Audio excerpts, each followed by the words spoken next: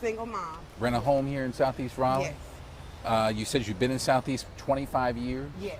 Yes. Raleigh 31, Southeast 25. Do you mind me asking how old you are? I'm 42. You're 42 years old. Yeah. You live, you work. I'm assuming you care a lot about this community. Absolutely. This is a grassroots campaign that you are running for mayor. When did you decide to run for mayor and why? So I decided to run for mayor last year, but, got whiffed that they were trying to get the election moved, so I waited to announce that I was going to run for mayor, and then publicly we began to announce in February of this year. Why did you decide to run for mayor?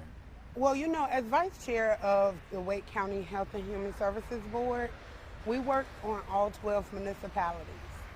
And statistically, I knew that there was nothing that I can lead in other areas. It's a group thing.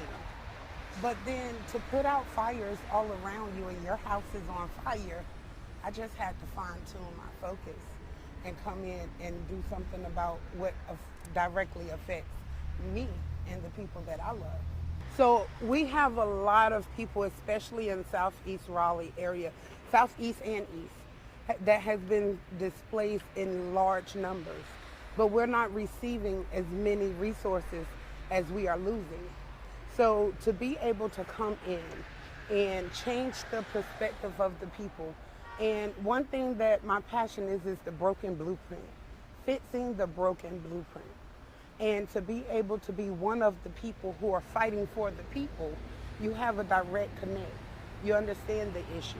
Whether you're a small business owner, a new nonprofit organization trying to get acclimated in this world, or you're a single mother who are trying to make do. When you know the issues, you can fix it. And I am one of the ones affected by the issues, so it's not hard to fight and to advocate on behalf of those who are suffering. Our homeless rate doubled in the pandemic, and there's nothing that we can do about it. We have big businesses coming in, buying up our affordable housing land, people are displaced and no one is doing anything about it. How are you affected by this? How have you been affected by this? Well, I'm affected because I'm the one that gets the phone call. I get the phone call asking, do you know where we can get this from? Where can I find this from? Is there anything you can help me? Me and my family is in a hotel. You have any food? Do you have any resources? That affects me mentally, and it tears my heart up. Because although by God's grace, He's kept my family. However, to watch someone that was once my neighbor not be able to live in a home, or to get a call, or to have a family that says, no one hears me, no one sees me, there's nowhere to go, that's bothersome.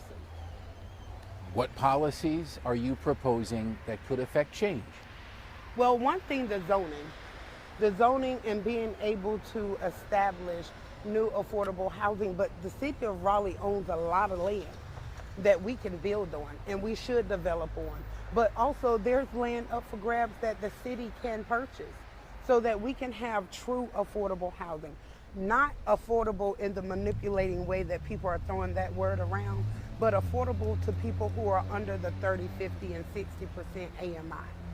And to be able to come in and provide sustainable housing that is quality. Real affordable housing is when you and I, we live in the exact same layout of housing, but our rent may be different because our income levels are different. That's affordable.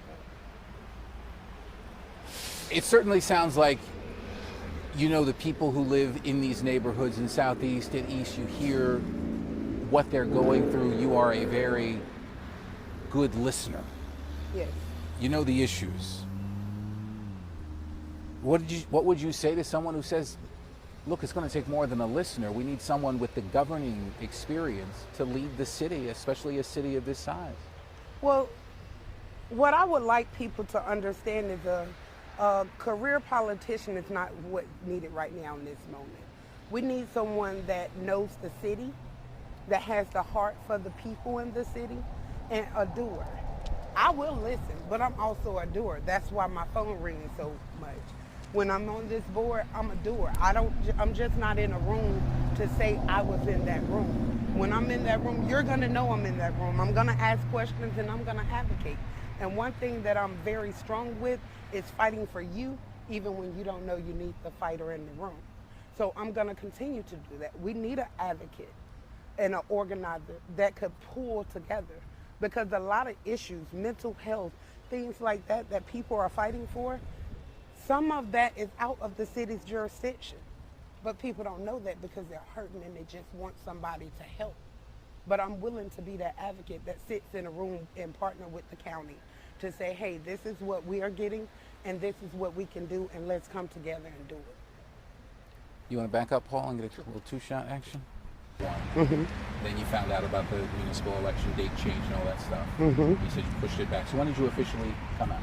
I officially came out in speaking in February, but my official announcement and acceptance from the community of about 3,000 was June 4th. What have you learned? Everything. Everything? Well, I learned that when people is in a position of hurting, they just want to hear that you're going to be able to do something. And I want people to stop just wanting to hear. Hold the people that you're talking to accountable. Expect more. Expect more. Demand more, because you're worth more. And you want someone to say, oh yeah, I'll work on that. But then you walk away like they're going to work on it. There's no follow-up. There's no accountability. There's nothing that really gets that done. And that's why we're here today. Because in 2019, when the leaders who are running our city now ran, they all ran on the very same platform we're standing on today. Helping to keep the people in Raleigh who are being pushed out in Raleigh. And yet that number have doubled for those who can't afford to live in Raleigh and that have been pushed out.